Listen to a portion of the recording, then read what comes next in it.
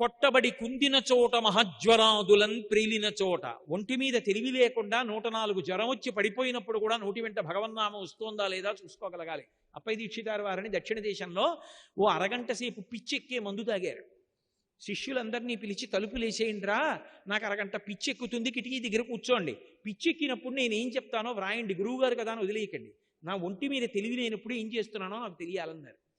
అరగంట తర్వాత పిచ్చి తగ్గిపోతుంది. ఆ మందు తాగేశారు, తాళం వేసేశారు, బయట కిటికీలు తెరుచుకు శిష్యులు కూర్చున్నారు. ఆయన ఉన్మత్త స్థితిలో పరమేశ్వరుడి మీద స్తోత్రం చెప్పారు. అదొక అద్భుత గ్రంథం. కాబట్టి మహాజ్వరాదులన్ ప్రేలిన చోట, ఆర్తులై తూలిన చోట, ఏదో పెద్ద కోరికతో అయ్య బాబోయ్ తీరుతుందో తీరదో అని ఊగిపోతున్నాడు. అప్పుడు కూడా భగవన్నామం రావాలి. విష్ణు భవదూరిని పేర్కొనిరేమి, ఆయన నామం పలికితే ఆ కాలుని యాతనావితతి కానరు.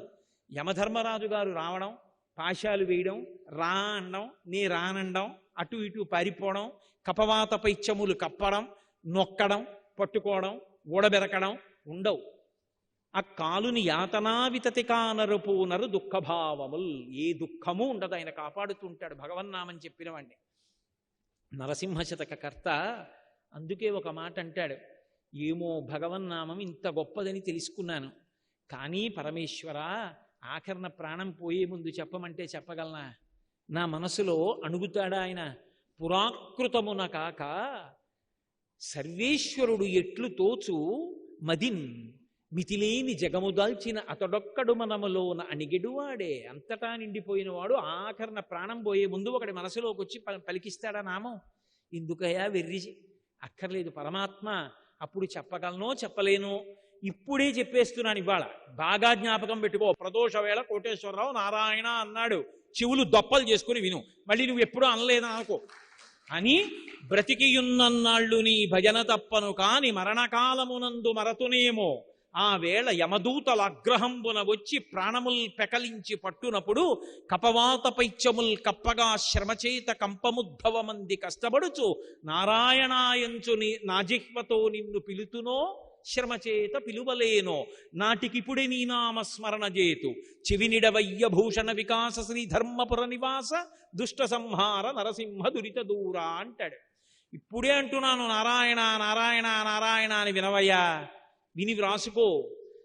అనలేదు నీ నామమని అనుకోకు, అప్పుడు నేను అనగలనో అనలేనో. అంత భయంకరాకారంతో దూతలు వచ్చి లాగుతుంటే భయపడి ప్రాణాలు అటు ఇటు పోతుంటే, కపవాత పైత్యములు పుట్టి నొక్కేస్తుంటే, హడిలిపోయి ఇలా నోరు తెరిచి ఉండిపోతే, కొడుకు నోట్లో తులసి నీళ్లు పోస్తుంటే గుటక పడకపోతే, పక్క నుంచి కారిపోతే, యథాపుత్ర మిత్రాదయో మత్సకాశీ హృదాతస్య కీదృశీయోదశంతి తదా దేవ దేవేశ గౌరీచ జంభో నమస్తే శివాయోత్యజస్రం బ్రవాణి అంటారు. ఆఖరణ చిట్ట చివర తులసి నీళ్లు పోస్తుంటే, పక్క నుంచి కారిపోతుంటే, నామని చెప్పలేకపోతుంటే, నాన్నగారండి నాన్నగారండి అని కొడుకొచ్చి చెవిల్లో పిలుస్తుంటే, అని పెద్ద అరుపరుస్తుంటే, మంచం మీద పోకూడదు కింద పడుకోబెట్టేయండి ఇంత ఐశ్వర్యవంతుణ్ణి చింకి చాప వేసి పడుకోబెట్టేస్తుంటే, మిత్రులందరూ చుట్టూ చేరి అయ్యో ప్రతిరోజు పూలదండ వేయించుకునే మా మిత్రుడు ఇలా పడుకోబెట్టేస్తున్నారా అని ఏడుస్తుంటే, కూతుళ్ళు కొడుకులు చుట్టూ చేరి బావురుమంటుంటే, భార్య పెద్దగా గుండెలు బాదుకుంటుంటే, శివ నాకు వినపడకూడదు. చెమట పట్టి ప్రవచనం చేసి ఇంటికి వెళ్ళిన తర్వాత లాల్చీ విప్పి దండెం మీద బారేసినట్టు బతికున్న నాళ్ళు ఎవరి పాదాలు పట్టుకున్నానో ఆ పంజరంలోకి వస్తున్నాను శంకరా అని దీన్ని నమస్తే శివాయో త్యజస్రం బ్రవాణి, లాల్చీ విప్పినట్టు ఈ శరీరాన్ని వదిలిపెట్టి నేను నీ పాద పంజరంలోకి రావాలి, అనుగ్రహించమంటారు శంకర భగవత్పాదులు. అలా అప్పుడు చెప్పగలనో చెప్పలేనో. అంత్యకాలమునందు ఆయాసమున నిన్ను తలుతునో తలపనో తలతునిపుడే నరసింహ నరసింహ నరసింహ లక్ష్మీశ దానవంతక కోటి భానుతేజ గోవింద గోవింద గోవింద సర్వేశ పన్నగాధిపశాయి పద్మనాభ మధువైరి మధువైరి మధువైరి సర్వేశ నీలమేఘ శరీర నిగమ వినుత ఈ విధంబుగ నీ నామమిష్టముగను భజన చేయుచునుందు నా భావమందు భూషణ వికాస శ్రీ ధర్మపుర నివాస దుష్ట సంహార నరసింహ దురిత దూరా అంటాడు. 3 మాటలు వేస్తాడు నామం, 3 సత్యం. అప్పుడు పలకగలనో పలకలేనో. కంఠం ఉండి ఇప్పుడు సమయం పోతే ఎలా? భగవన్నామని చెప్తున్నాను వినవయ్యా అని నిన్ను నమ్ముకున్నాను తండ్రి, తల్లిదండ్రులని ఓ లక్ష్మీనారాయణులారా నన్ను వదిలేయకండి అంటాడు. నీలమేఘశ్యామ నీవె తండ్రివి మాకు కమలవాసిని మమ్ము కన్న తల్లి, నీ భక్తవరులంత నిజమైన బంధువుల్ నీ కటాక్షమె మాకనేక ధనము, నీ మీది కీర్తనల్ అఖిల ప్రపంచంబు నీ సహాయమె మాకు నిత్య సుఖము, తోయజాక్ష నీ పాద తులసిదలము రోగములకు ఔషధము, బ్రహ్మరుద్ర వినుత భూషణ వికాస శ్రీధర్మపుర నివాస దుష్ట సంహార నరసింహ దురిత దూరా అని అడిగాడు. ఈశ్వర, మీ పాదములు తప్ప మాకింకేం అక్కర్లేదు, మీ నామము నిరంతరము నాలుక మీద నర్తించేటట్టుగా నన్ను అనుగ్రహించు చాలన్నాడు. అందుకే కలియుగంలో కలి బారి పడకుండా రక్షింపగలిగినది ఇది భగవన్నామం. అంతటి శ్రేష్టమైనటువంటి భగవన్నామాన్ని ఎవడు పట్టుకుంటాడో వాడు ధన్యాత్ముడు. యమధర్మరాజు గారు దూతలందరికీ సమావేశం పెడతాట. పెట్టి ఎవరి జోలికి వెళ్ళకూడదో, ఎవరిని ముందు తీసుకురావాలో చిట్టా చెప్తుంటాడు. పరాకు పడకండి, గుర్తుపెట్టుకోండి అంటుంటట. ఎవరిని ముందు తేవాలి అంటే, ఎకసక్కమునకైన ఇందిరారమణుని పేరు సలపంగలేని దుర్భాషితులను. ఎకసక్కమునకు అంటే ఎగతాళి చేయడానికి కూడా నారాయణుడి పేరు చెప్పని వాడు ఉంటాడే, వాణ్ణి ముందు తీసుకురండి. అలాగే కలలోనైన శ్రీకాంతుని పాద పద్మముల్ చూడని కర్మరతుల, కలలో కూడా వాడికి భగవంతుడి పాదాలు కనబడవు, అలాంటి వాణ్ణి ముందు తీసుకురండి. అలాగే కేవల కథాప్రశంసకునైన కృష్ణ కథాప్రశంసకు చెవి యొగ్గలేని దుష్కథా ప్రవణుల. భాగవతం చెప్తుంటే, కృష్ణలీలలు చెప్తుంటే, కృష్ణుడి లీలలు విని సరదాపడి సంతోషించడానికి కూడా చెవి ఇలా పెట్టకుండా ఎప్పుడూ అక్కర్లేని విషయాలు వినేటటువంటి వాళ్ళు ఉంటారే వాళ్ళు. యాత్రోత్సవములైన ఈశ్వరుని గుడి త్రోవ తొక్కని దుష్పదులను. యాత్రకు ఎడతాడు, ఉత్సవానికి ఎడతాడు, నువ్వు వెళ్ళవే గుళ్ళోకి, నేను ఇక్కడ ఉంటానంటాడు. అలా యాత్రకి వెళ్ళడు, ఉత్సవానికి వెళ్ళడు, భగవంతుడి గుడి దారి కూడా తొక్కని వాడు ఉంటాడే వాణ్ణి. అసలు పరమ భాగవతుల పాద ధూళి సమస్త తీర్థసారమటంచు ఎరుగలేని వారి వారి వారి వారి వారి చేరిన వారి తొలుత కట్టి తెండు దూతలార. సమస్త బ్రహ్మాండములలోని తీర్థసారం ఎక్కడుంటుందంటే, పరమ భాగవతోత్తముడై భగవంతుణ్ణి నమ్ముకున్న వాడి పాదాల అడుగున ధూళిగా ఉంటుంది. అందుకే వాడి గడప దాటి ఇంట్లోకి వస్తుంటే భగవంతుడు సింహాసనంలోంచి తలెత్తి చూస్తాట. ఎన్నాళ్ళకి రావాణ్ణి తీసుకొచ్చావు ఇంటికి, వాడు గుక్కెడు నీళ్లు తాగాడు రా మన ఇంట్లో, ధన్యుడి అంటాట. అందుకే ఊరకరారు మహాత్ములు వా రథముల ఇండ్ల కడకు వచ్చుటలెల్లన్ కారణము మంగళములకు, నీరొచ్చుట శుభము మాకు నిజము మహాత్మ అంటాడు గర్గుడు. ఏ కోరిక లేకుండా భగవంతుణ్ణి నమ్ముకుని తిరిగేటటువంటి పరమభాగవతోత్తములైనటువంటి వారు వేరొకరి ఇంటికి వెళ్ళారు అంటే వాళ్ళకి ఏదో పెద్ద మంగళం చెయ్యాలని భగవంతుడు అనుకుంటే తప్ప అసలు అటువంటి వారిని ఇంటికి ఎందుకు పంపిస్తారు? అందుకే భాగవతోత్తములు ఇంటికి రావడం అంటే అది సర్వమంగళములకు కారణమవుతుంది. కాబట్టి అటువంటి మహాభక్తుల యొక్క పాద ధూళియందు సమస్త తీర్థ సారముంటుందని తెలుసుకోలేనటువంటి వాడెవరున్నాడో వాడి తోడి వారి అలా ఆయన చుట్టూ ఉన్నవాళ్ళు, వాళ్ళ చుట్టూ ఉన్న వాళ్ళతో ఉన్నవాళ్ళు ఎవరున్నారో క్షణం ఆక్కండి. తొలుత కట్టి తిండు దూతలారా, తొందరగా తీసుకొచ్చేయండి. కమలనయను మీది భక్తియోగమెల్ల ముక్తియోగమనతంచు మొదలరింగు. అటువంటి వారి జోలికి వారి వారి వారి వారి వారి కూడిన వారి త్రోవపోవలదు దూతలారా. ఎప్పుడూ భగవన్నామని చెప్తుంటారే, భగవంతుడున్నాడని నమ్ముకు తిరుగుతుంటారే, భగవంతుని యందు భక్తి కలిగిన వారు ఉంటారే, వాడి జోలికి వెళ్ళకండి. వాడితో ఉన్న వాళ్ళ జోలికి కూడా వెళ్ళకండి.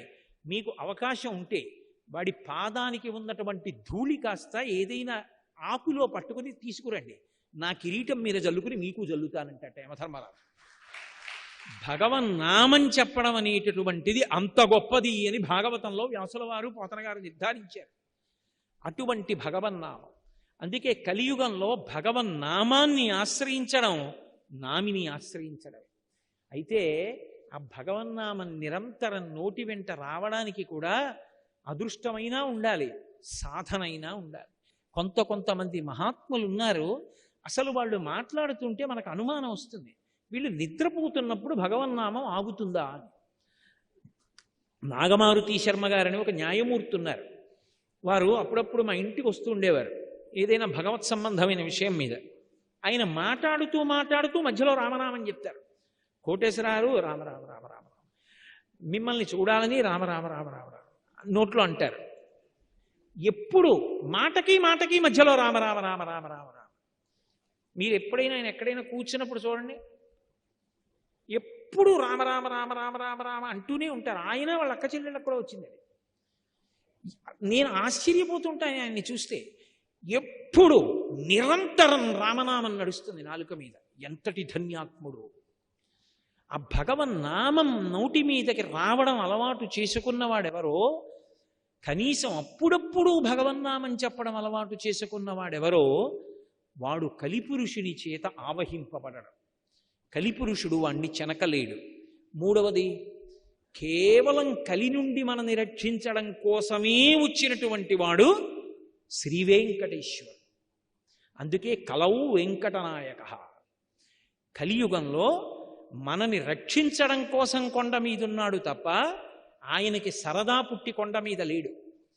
మహానుభావుడు మాట్లాడుతూ ఉండేవాడు. ప్రతిరోజు తరిగొండ వెంగమాంబ గారి ఇంటికి వెళ్ళేవాడు.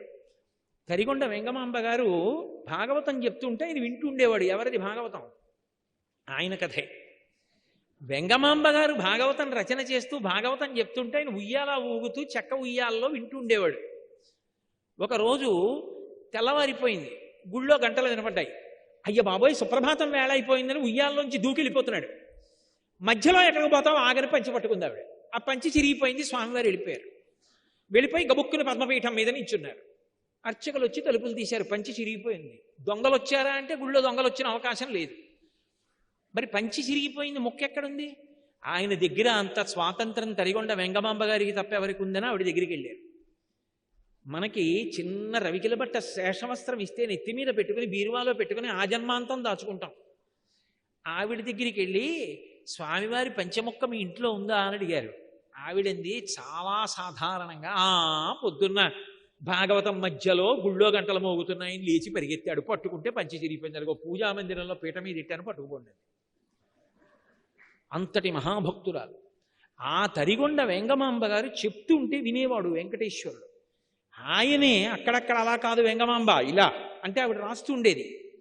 ఇప్పటికీ తరిగొండ వెంగమాంబ గారు రాసినటువంటి వెంకటాచల మహాత్మ్యం అన్న గ్రంథానికి ఎంత ప్రశస్తి ఉందంటే, అది తెచ్చి ఇంట్లో పెట్టి పువ్వులేసి నమస్కారం చేస్తే చాలు పెళ్ళవని ఆడపిల్లలకు పెళ్ళిళ్ళు అవుతాయి. వ్రాతపతులు రాసేవారు వేల వేల ప్రతులు. అంత శక్తివంతం వెంకటాచల మహాత్మ్యం. అందులో ఆవిడకి వెంకటేశ్వరుడు సాక్షాత్కరించి చెప్పినటువంటి విషయాలు. వెంకటేశ్వర కళ్యాణం అయిపోయింది, పద్మావతి కళ్యాణం అయిపోయిన తరువాత ఒక రోజున లక్ష్మీదేవి వచ్చింది ఏకాంత మందిరంలోకి. శయ్య మీద కూర్చుంది. కూర్చునంది, ఏమండి, పద్మావతి పరిణయానికి కుబేరుడి దగ్గర అప్పు చెయ్యాలా? నేను లేను లక్ష్మిని, నన్ను అడిగితే నేను ఇవ్వను, నన్ను దూరం చేసి కుబేరుడి దగ్గర అప్పు ఎందుకు వచ్చుకున్నారు అంటే ఆయన అన్నాడు, అంత మాట అనకు లక్ష్మి, నేను కావాలని నిన్ను దూరం పెట్టి కుబేరుడి దగ్గర అప్పు పుచ్చుకోలేదు. ఆ అప్పు పుచ్చుకోవడానికి ఒక కారణం ఉందన్నాడు. ఆవిడంది, పోన్లేండి పుచ్చుకుంటే పుచ్చుకున్నారు, ద్రవ్యమే కదా కావాలి, ఎంత పుచ్చుకున్నారో చెప్పండి ఇచ్చేద్దాం. మళ్ళీ ఇద్దరం కలిసి శ్రీవైకుంఠానికి వెళ్ళిపోదాం. శ్రీవైకుంఠ విరక్తాయ స్వామి పుష్కరిణీ తటే రమయా రమమాణాయ వెంకటేశాయ మంగళం అని కదా మనం మంగళాశాసనాల్లో చదువుతారు. ఆయన అన్నాడు, కాదు, అసలు విషయం నేను ఎందుకున్నానో తెలుసా ఈ కొండ మీద? నకృతం దైవసంఘైశ్చ నకృతం విశ్వకర్మణ స్వేచ్ఛయా క్రీడతే తత్ర ఇచ్ఛారూపం విరాజిత.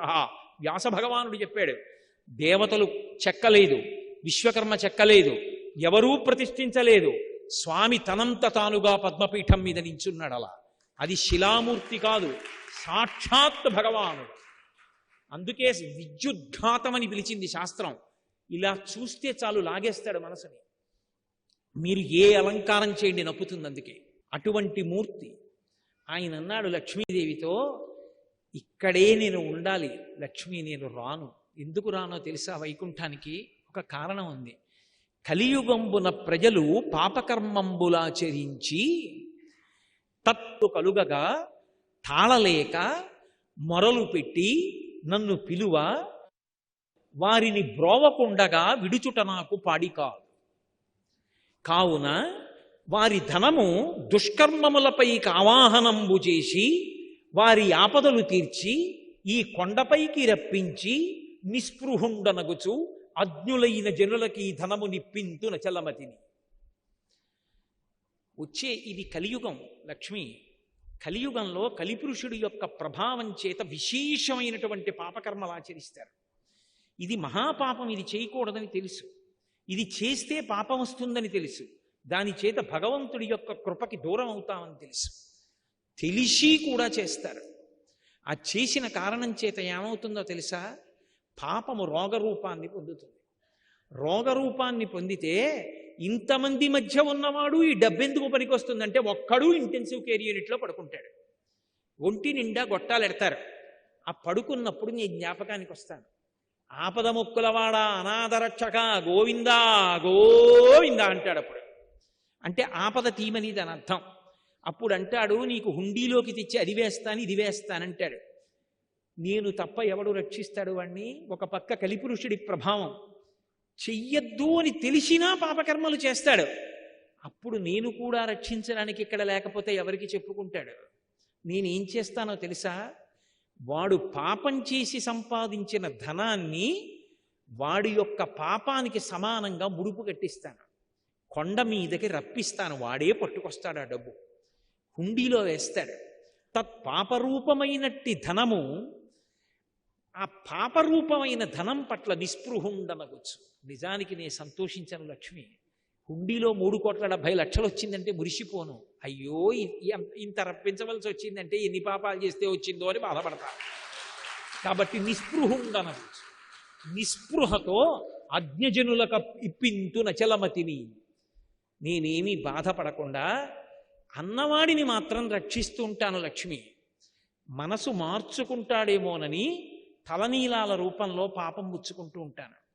పుచ్చుకుని ఇప్పటికైనా మారి భక్తితో బతకరా అంటూ ఉంటాను. ఆ డబ్బు పేదవాళ్ళకి అన్నం తినడానికి రకరకాల కార్యక్రమాలకి పంపించేస్తూ ఉంటాను. కానీ లక్ష్మి, వడ్డీ కట్టాలి కదూ, నాకు జేబులో డబ్బులు ఉండాలి కదా. మరి కలియుగంలో ఎక్కడ డబ్బు పుచ్చుకుంటానో తెలుసా? నేను డబ్బు పుచ్చుకోవాలంటే ఒకడున్నాడు, వాడు పరమ ధర్మాత్ముడు, పరమభక్తి తత్పరుడు, నన్ను నమ్ముకుని ఉన్నవాడు, వాడు కోరికతో రాడు. తండ్రిని చూడకుండా ఉండలేక వచ్చినట్టు నన్ను చూడాలని వాడు వస్తాడు. నాతో వెంకటాచలంలో ఒకానొకప్పుడు ఒక వృద్ధ అర్చకుడు చెప్పాడు, ఒక్కొక్క రోజు వెంకటేశ్వర స్వామి వారి ముఖంలో గొప్ప సంతోషం కనపడుతుందండి మాకు. అలా కనపడింది అంటే మేము మరునాడు వస్తున్న వాళ్ళని చూస్తాం, ఎవరో ఒక పరమభక్తుడు వస్తాడు గుడికి అని చెప్పారు. అలాంటి వాడు ఒకడు వస్తాడు లక్ష్మి. వాడు హుండీలో డబ్బులు వేయడానికి ఇలా చేయి పెడతాడు. వాడేం పెద్ద పెద్ద కట్టలు వేయడు. వాడు ఒక పావలా కాసో 2 రూపాయలో వదులుతాడు. వాడు వేస్తున్న డబ్బు కోసమని నేను హుండీలో ఇలా చెయ్యి పెడతాను. అది మిగిలిన డబ్బులో పడదు, నా చేతిలో పడుతుంది. అది తీసి ధనదుకు వడ్డీకి ఇచ్చి కుబేరుడి వడ్డీ దాంతో కడతాను. కొంత నేను డబ్బు ఉంచుకుంటాను. నీకో చమత్కారం చెప్పనా? ఇంతమందికి ఇచ్చేవాణ్ణి పరమభక్తుల డబ్బులతో జీవనం గడుపుతూ ఉంటాను. వింతలేల చెయ్యుచుండెదను కొండ మీద. ఆశ్చర్యకరమైన పనులు ఇలాంటివి చేస్తూ ఉంటాను. కలియుగంలో కలిపురుషుడి బారిన పడిన వాళ్ళని రక్షించడానికే కొండ మీద ఉన్నాను లక్ష్మి. లేకపోతే ఎప్పుడో వైకుంఠానికి వచ్చేద్దను. కలియుగంలో పాపము పెరిగిపోయి కలిప్రభావం ఎక్కువైపోతుంటే నేను కూడా లేకపోతే రక్షించేవాడెవరు? అందుకని ఉన్నాను.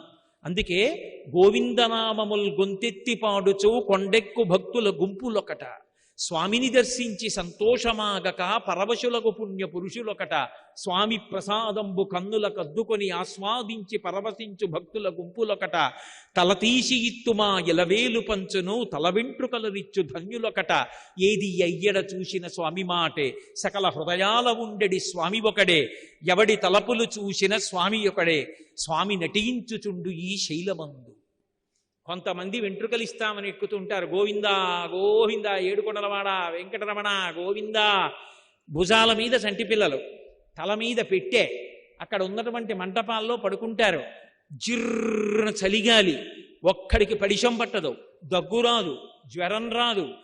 పుష్కరిణిలో స్నానం చేసి చందనం గుండుకి రాయించుకుని దర్శనం చేసి వచ్చిన ఒక్క లడ్డూ పట్టుకుని మూట కట్టుకుని ట్రంకుపెట్లో పెట్టుకుని ప్యాసింజర్ ఎక్కి 18 గంటలు ప్రయాణం చేసి వాడి ఊరెళ్ళి పూజ చేసి నేను తింటాననకుండా అందులో ఇన్ని అటుకులు శనగపప్పు తెచ్చి కలిపి ఊరంతా ప్రసాదం పంచిపెట్టి తనింత నోట్లో వేసుకుని మురిసిపోయేవాడు ఒకడు ఉన్నాడు లక్ష్మి. వాడి కోసం తిరుగుతూ ఉంటాను, ఆ భక్తుడి కోసం తిరుగుతూ ఉంటాను. నిజంగా వాడు ఉన్నాడు కొండ మీద. నేను సభాముఖంగా చెప్పడం ఏం బాగుంటుంది, కానీ పరమసత్యం చెప్తున్నాను మీతో. వాడు ఉన్నాడు, వాడు ఎదురు చూస్తూ ఉంటాడు, వాడు పలుకుతాడు. ఎక్కడి నుంచి మీరు పిలవండి వాడు పలుకుతాడు. మహానుభావుడు. అందుకే పద్మాసనస్థయౌ పద్మావతీదేవి నిజవక్షమందున నిలుపుకొనుచు తన చరణములే గతి అని దక్షిణకరము పాదములు చూప తన పాదములు నమ్మిన వారలకు ఈ భవాంబోధి కటిదగ్నమగునటంచు వామహస్తంబు ఆ నడుమున నుంచుకొని భక్తవరులకు సంకేతించుచుండ అలరు శేషాద్రి పర్వతము మీద అలరు ఆనంద నిలయమందు దివ్యమంగళ విగ్రహం డవ్యయుండు పరమ పావనుడు శ్రీవేంకటేశ్వరుడు వెట్క. మహానుభావుడు లక్ష్మీదేవిని వక్షస్థలంలో పెట్టుకుని నా పాదాలు నమ్ముకోండిరా, సంసారం మీకు నడుం వరకే వస్తుందని చెయ్యి ఇలా చూపిస్తుంటే ఒక చెయ్యి నడుం వరకు పెట్టుకుని ఇలా సంకేతిస్తూ అలరు ఆనంద నిలయమందునను నిలచి పరమ పావన శేష పర్వతము మీద దివ్యమంగళ విగ్రహుండవ్యయుండు శ్రీవేంకటేశ్వరుడు వెట్క. భక్తవరదుండు, భక్తులకి వరాలు ఇచ్చేటటువంటి ఆ వెంకటేశ్వరుడు కలిప్రభావం నుంచి మనని తప్పించడం కోసమని వచ్చి అక్కడ నించున్నాడు. అందుకే కలిపురుషుడికి విరుగుడేమిటో తెలుసా? స్మరణాత్ సర్వపాపఘ్నం. ఒక్కసారి వెంకటాచల పర్వతాన్ని తలుచుకుంటే చాలు, ఒక్కసారి ఆ వెంకటేశ్వర స్వామిని తలుచుకుంటే చాలు, ఒక్కసారి ఆనంద నిలయ విమానాన్ని తలుచుకుంటే చాలు, ఒక్కసారి ఆ క్షేత్రాన్ని మనసులో స్మరించాడనుకోండి, ఒక్కసారి ఆ స్వామివారి యొక్క దివ్యమంగళ విగ్రహం, ఆ తిరుమల క్షేత్రం ఇవన్నీ మనసులోకి వచ్చాయనుకోండి చాలు. ఆయనని స్మరించి ఆయన నామం చెప్పినంత మాత్రం చేత తరించిపోతాడు. ఏదో సాయంకాలం వేసవికాలం కష్టపడి ఇంటికి వచ్చాడు, కార్యాలయంలో పనిచేసి పడుకున్నాడు పడక్కుర్చీలో. ఏమండి అలా పడుకున్నారంది భార్య. అబ్బా వేడి ఎంత తాపం రోహిణీ కార్తీ, ఉండండి కాస్త పళ్ళరసం తెచ్చిస్తానంది. చల్లటి గాలి వస్తోంది దక్షిణం నుంచి. కళ్ళు మూసుకున్నాడు. ఓ 5:30 అయింది, సహస్రదీపాలంకార సేవ అవుతుంది స్వామికి వెంకటాచలంలో అని ఒక్కసారి స్మరించాడు. ఆ ఆనందనిలయ విమానం దగ్గరికి, ఆ వెంకటేశ్వర స్వామి వారి దేవాలయం యొక్క రాజద్వారం దగ్గరికి వెళ్ళేటప్పటికే ఉన్నటువంటి పెద్ద గడప, ఆ గడప కింద ఉన్నటువంటి ఇనప గొట్టం, గొట్టానికి ఉన్న కన్నాలు, కన్నాల్లోంచి తమకు తాముగా కారుతున్నటువంటి నీళ్లు, రాజద్వారానికి అటూ ఇటూ కట్టిన చిన్న అరటి చెట్లు, లోపల ఉన్నవాడు సమస్త ఐశ్వర్యానికి అధిపతి అని చెప్పేటటువంటి శంఖనిధి పద్మనిధి చిన్న చిన్న విగ్రహాలు చూశాడు. ఆ ఎర్ర తివాచీ మీదకెళ్ళి నిలబడితే ఆ గొట్టంలోంచి వచ్చినటువంటి కన్నాలలోని నీళ్లు కాళ్ల కింద కడిగేశాయి. పెద్ద గడప, దాని మీద ఉన్నటువంటి ఇత్తడి పళ్ళె అన్ని చూశాడు. వంగి 2 చేతులతో ముట్టుకుని నమస్కారం చేసి ఇలా దాటాడు. ఇలా తలెత్తి పైకి చూస్తే కుడివైపు గోడ మీద అనంతాచార్యుల వారు విసిరినటువంటి గుణపం కనపడింది. ఆ గుణపం చూసి కొంచెం ముందుకెళ్ళి ఇలా ఎడం పక్కకి చూశాడు. వెంకటపతి రాయలు, అచ్యుతరాయలు, వరదాజీ అమ్మాణ్ణి ఇలా కుడివైపు చూశాడు.